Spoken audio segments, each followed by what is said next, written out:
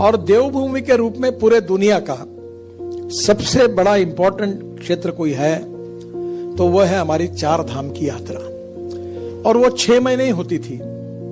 और मैं जब मंत्री बना तब विशेष रूप से बहुत बड़ा हादसा हुआ था, आप सबको याद होगा।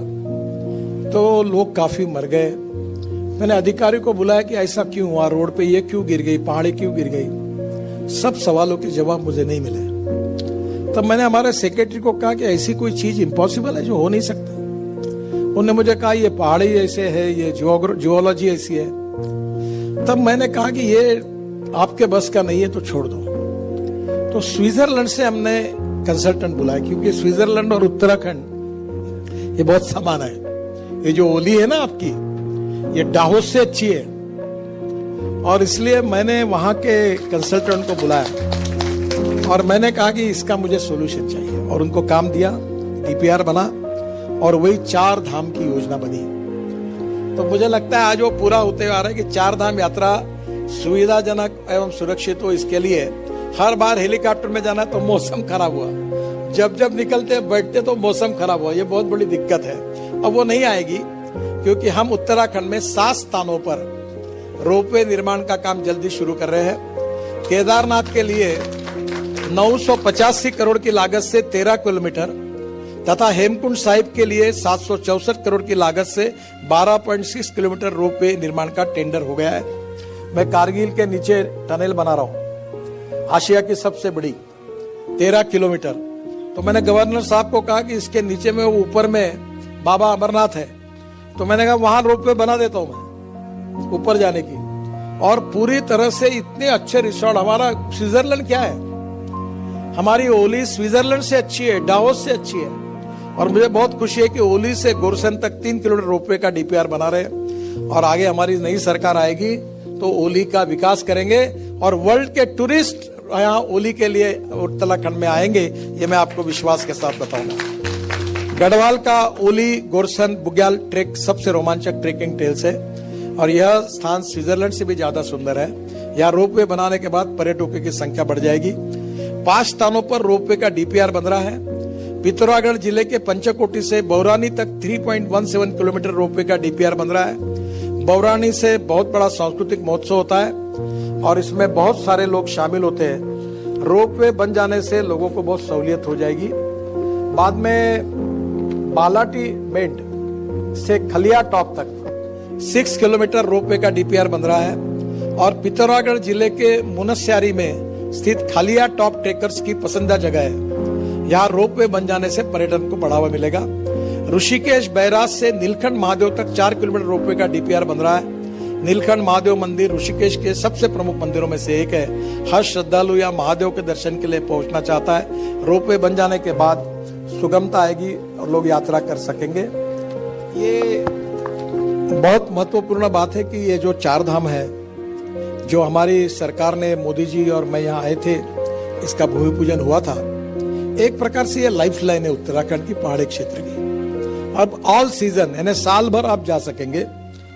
एक और इम्पोर्टेंट बात है जो मेरे ड्रीम प्रोजेक्ट थे, चार धाम, क्योंकि जब मैं मंत्री नहीं था पर टीवी पर देखता था इतने लोग अटक गए, इतने फंस गए, इतने मर गए, तो मुझे बड़ा अस्वस्थता हो रही थी कि ये क्यों हो रहा है, कैसा हो रहा है। तब मुझे मंत्री बनने के बाद ये मौका मिला तो मेरे लिए बहुत खुशी और समाधान है। और दूसरी बात थी कि मानस सरोवर जाने की।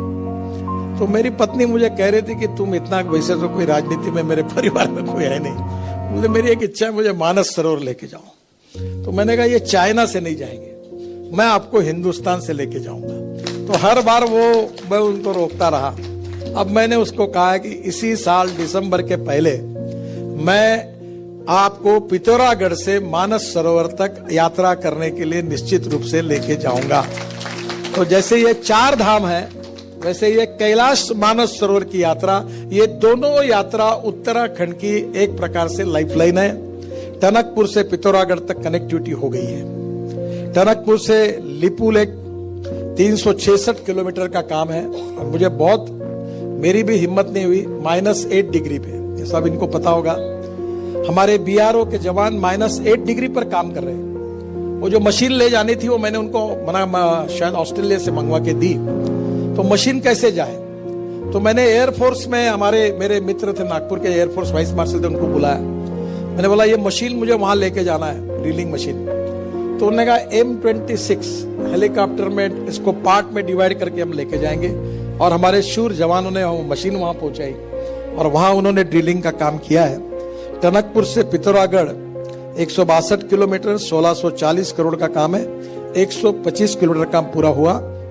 ये जो पिथौरागढ़ से लिपुलेख है, ये बहुत इंपॉर्टेंट है। अभी मैं इनको भी कह रहा था, प्रहलाद जी को, कि एक दिन आप जरूर इस रोड से मानस सरोवर जाइए।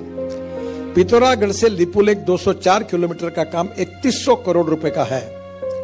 ये BRO कर रहा है, 85% काम पूरा हुआ है। और आप सबकी शुभकामनाएं और आशीर्वाद रहेगा तो इस साल दिसंबर के पहले ये काम पूरा हो जाएगा।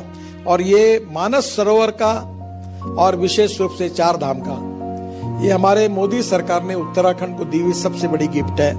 और ये काम इस साल में दोनों पूरे हो जाएंगे, इसका मुझे बहुत विश्वास है। बाद में उत्तराखंड में काफी रोड हमने बनाए हैं। अब केवल आखिर में एक ही बात बताऊंगा, उसका तो मैं वेबसाइट पे डाल दूंगा। मैं परसों यहाँ उत्तराखंड में मुख्यमंत्री के साथ एक कार्यक्रम में था। ये अपना क्या ख से क्या नाम है, खटीमा, तो वहां गांव में था, उन्हीं की कॉन्स्टिट्यूंसी में ही शायद। तो उन्होंने भाषण में बताया कि नितिन जी, हमारे यहाँ रोज 10 हवाई जहाज दिल्ली से आते हैं उत्तराखंड में, देहरादून में। तो मेरे भाषण में कहा, आप चिंता मत करिए, 1 साल के अंदर गारंटी देता हूं, एक भी जहाज दिल्ली से देहरादून नहीं आएगा। तो बोले ये कैसा होगा? मैंने बोला, हमने मुंबई पुणे जब रोड बनाया हाईवे, तो पहले 13 फ्लाइट चलती थी, अब सब फ्लाइट बंद हो गए। अब दिल्ली से देहरादून में नया रोड बना रहा हूं 2 घंटे में। जो एग्जिस्टिंग रोड है उससे अभी लोग बता दें कि 2.5-3 घंटे में वो पहुंच रहे हैं। वो मेरठ का हाईवे बना हुआ है, ये मैं नया हाईवे बना रहा हूं 2 घंटे वाला। दिल्ली से देहरादून 2 घंटे और हरिद्वार को एक कट दे रहा हूं। तो दिल्ली से हरिद्वार 2 घंटे में, दिल्ली से देहरादून 2 घंटे में, दिल्ली से जयपुर 2 घंटे में, दिल्ली से चंडीगढ़ 2.5 घंटे में, दिल्ली से अमृतसर 4 घंटे में, दिल्ली से वैष्णो देवी कटरा 6 घंटे में, और दिल्ली से श्रीनगर 8 घंटे में, और दिल्ली से मुंबई 12 घंटे में। तो आप समझ लीजिए कि कोई हवाई जहाज उपयोग में लाएगा नहीं, क्योंकि 2 घंटे में घर से निकलेगा। ये वनामृत करके उनका, मीरा कुलकर्णी करके उनका काफी बड़ा काम है। वो मुझे फोन करके ऐसे, मैं तो अभी गया नहीं वो रोड से, मैं बीच में यहाँ तक आया था, आगे नहीं आ पाया। तो उन्होंने कहा कि मैं 2.5 घंटे में पहुंच गई दिल्ली। तो मुझे बहुत खुशी है कि उत्तराखंड का इंफ्रास्ट्रक्चर 5 साल के अंदर अमेरिका के रोड के बराबर होगा।